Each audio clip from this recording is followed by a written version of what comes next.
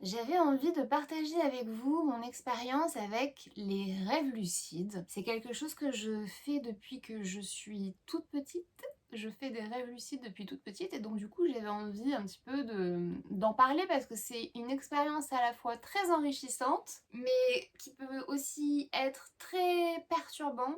Un rêve lucide, c'est un rêve où vous êtes en train de rêver, vous êtes en train de dormir, mais vous êtes complètement conscient de ce qui se passe. C'est-à-dire que c'est comme si c'était la réalité pour vous. En fait, vous avez conscience que vous êtes en train de rêver, mais vous vivez les choses comme si ça se passait réellement maintenant. C'est-à-dire que moi, personnellement, je peux contrôler le rêve. Par période, je peux être à 90% de rêve lucide. Donc, il y a des périodes où je suis très, très fatiguée.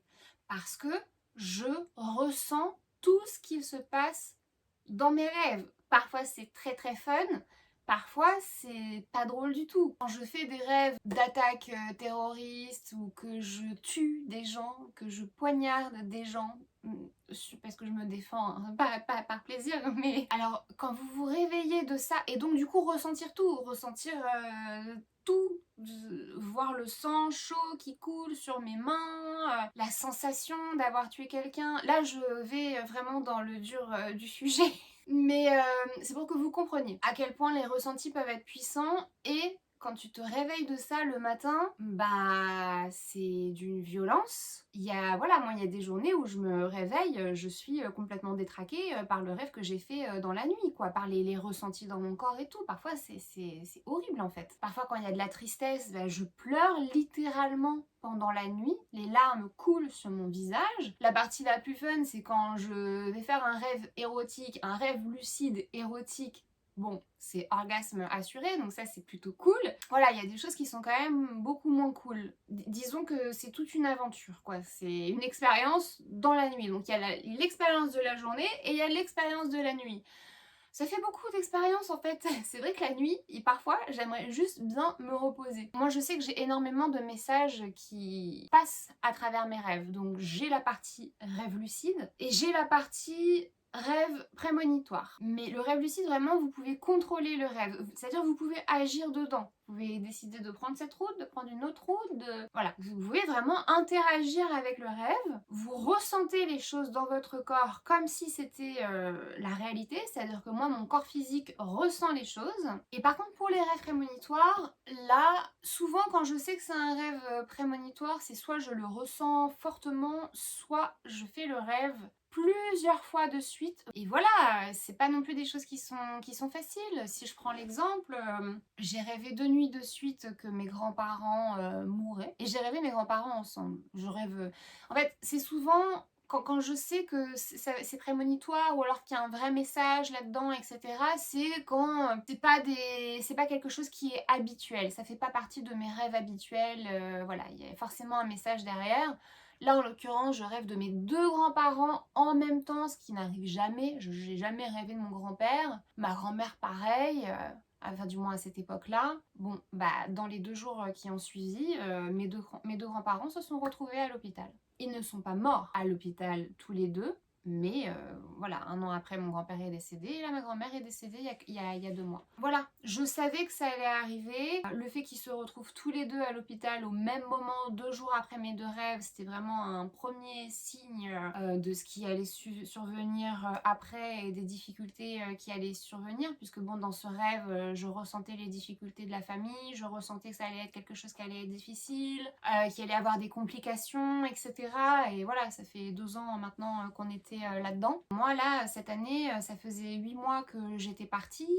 J'étais dans l'anticipation parce que je savais que ma grand-mère, elle allait partir et je savais qu'elle allait partir quand je serais là. Je savais que je serais là. Pendant quasiment tout mon voyage, j'étais en mode ok, quand est-ce que ça va arriver?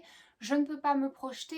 Moi, par exemple, j'étais dans une relation avant, justement, que tout ça se passe. Malgré mon envie de me projeter et de m'engager, etc., c'était juste pas possible parce que je savais que j'allais devoir rentrer. Je savais que j'allais aller à Vegas. Je ne savais pas comment, mais j'ai eu un flash, j'ai eu la vision de moi. En fait, quand je dis je ne savais pas, c'est-à-dire que depuis mon dernier Vegas en 2023, je ressentais pas du tout l'envie d'y retourner. Vegas, c'est quelque chose de très intense pour moi. C'est une ville qui est chargée d'énergie, mais pas forcément chargée de bonnes énergies. Donc, je n'avais pas du tout l'envie d'y retourner là, en tout cas. C'était pas du tout dans mes projets, mais voilà. Mais j'ai eu début mai, mi-mai, ou je sais pas, j'ai eu comme ça, je me suis sentie projetée là-bas et avec de la joie. Joie que je ne ressentais pas du tout auparavant quand je pensais à Vegas. Ok, c'est bizarre. Ah bon, je vais aller à Vegas? Bon, ok, trop cool, mais comment, quand, pourquoi? C'est pas prévu. Mais donc forcément que dans ma relation, bah j'envoyais des énergies qui étaient complètement inconstantes, instables, etc. Parce que d'une part, bah, je savais que j'allais aller à Vegas, donc je savais que j'allais me barrer pendant minimum un mois. Et je savais surtout que j'allais devoir rentrer en France parce que ma grand-mère allait partir et que j'allais rester avec ma famille le temps nécessaire en fait, le temps d'être là pour ma mère en l'occurrence, pour qui c'est difficile. Donc ça crée, le fait de savoir ça, ça crée une forme d'anticipation et c'est pas quelque chose, voilà, moi quand je parle de capacité médiumnique, c'est pas du tout quelque chose que j'ai envie de... En fait, j'en parle pas pour le mettre en avant. J'en parle pour expliquer les messages que je peux recevoir, notamment vis-à-vis de mes clients. Mais c'est pas pour en faire quelque chose d'extraordinaire, loin de là, parce que moi je le vis pas. Je suis curieuse de ça. Je me dis bon, ouais, tiens, pourquoi pas. Il y a il y a un côté intéressant. Mais il y a une part qui est difficile et qui est lourde finalement à vivre. C'est pas évident de savoir ces choses-là. J'ai jamais dit à ma mère, bon bah ma grand-mère elle va partir en fait, elle va partir là, ça va être là, maintenant. Je vais jamais aller dire ça. Mais moi je le sais. Et donc du coup je suis la seule à savoir ça. C'est pas quelque chose qui est évident à vivre. Je voulais un petit peu parler de tout ça, des rêves lucides, prémonitoires, etc. Si peut-être que vous allez découvrir aujourd'hui que c'est quelque chose que vous faites aussi, les rêves lucides, parce que tout le monde n'en fait pas, mais il y a des personnes qui font ce genre de rêve et qui du coup ne comprennent pas. Donc si ça a pu vous aider, bah, tant mieux. Merci d'avoir regardé la vidéo et à bientôt.